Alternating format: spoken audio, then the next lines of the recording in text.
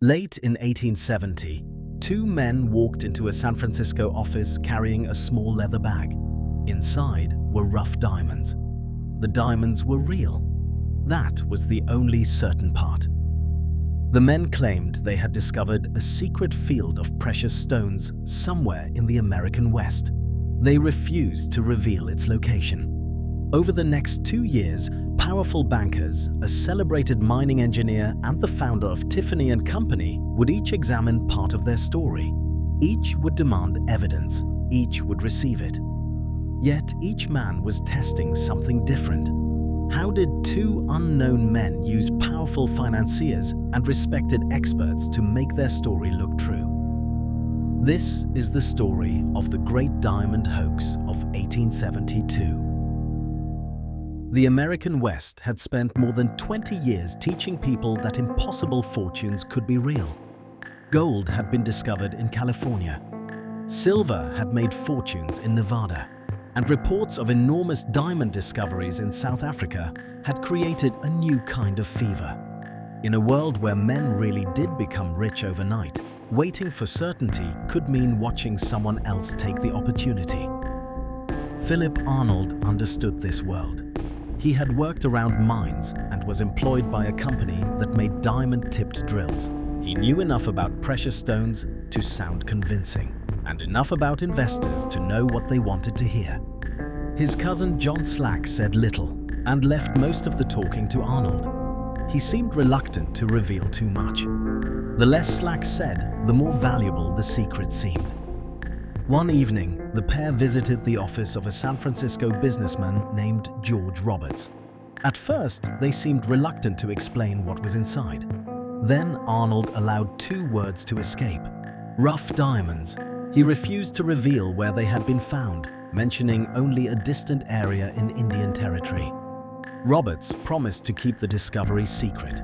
He then did what people often do with valuable secrets. He immediately told someone richer.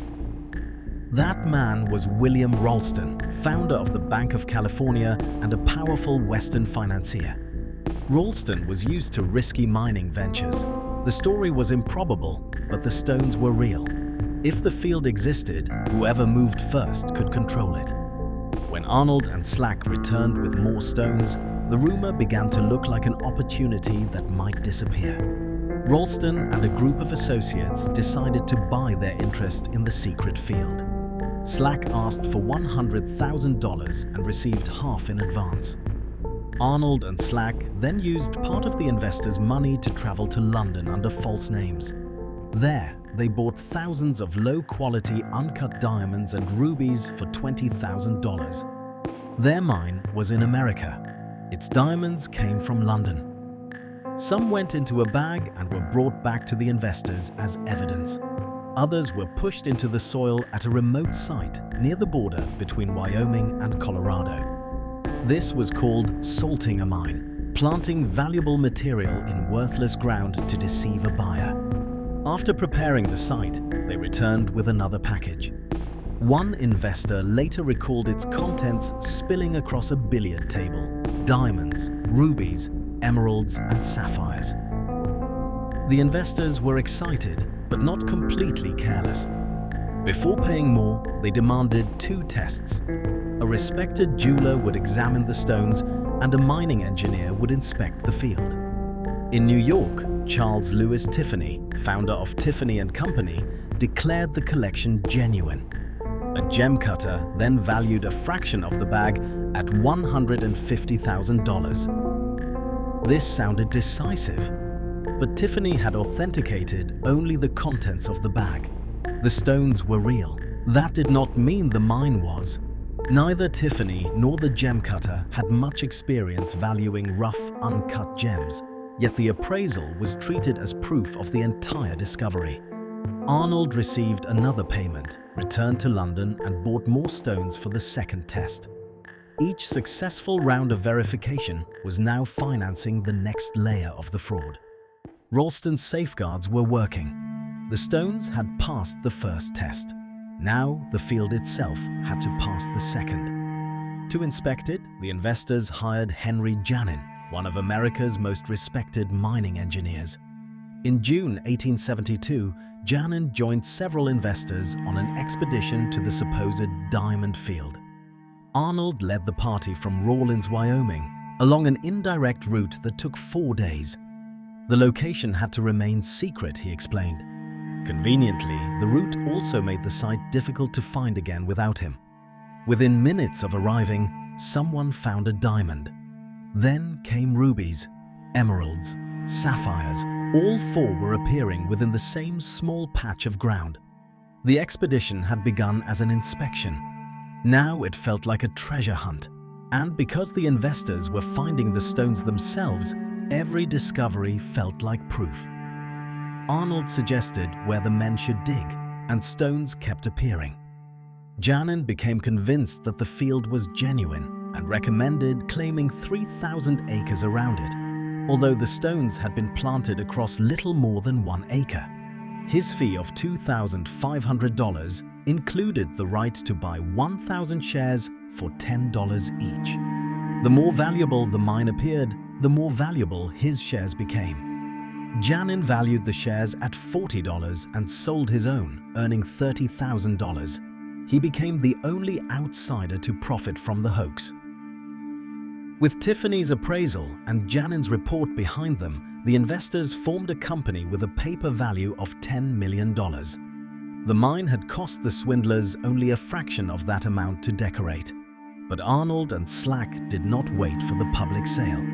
Slack eventually received the second half of his payment and disappeared. Arnold's total take reached roughly $550,000 minus expenses. Arnold returned to Kentucky, bought property and placed much of it in his wife's name. Both men were gone before anyone tried to operate the mine. Their timing, at least, was excellent. Then, during a chance encounter on a train, Janin showed the stones to members of Clarence King's Federal Survey team. King was a Yale-trained geologist who had spent years mapping the West along the 40th parallel. The rumored diamond field appeared to lie inside territory his team had already examined. If one of the richest mineral discoveries in America was sitting there, King and his men had somehow missed it. King's reputation was now part of the story. So they decided to look again. King and his party traveled roughly 150 miles through bitter cold to reach the secret site. At first, the field worked on them too. They found rubies. They found diamonds. That night, even the geologists imagined the wealth beneath the ground.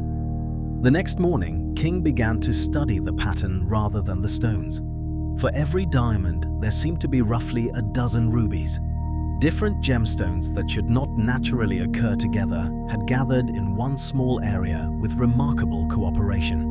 And the stones appeared only where the soil had been disturbed. Some rubies were found in anthills, but only the anthills marked by footprints or small additional holes contained gems. Untouched anthills contained nothing.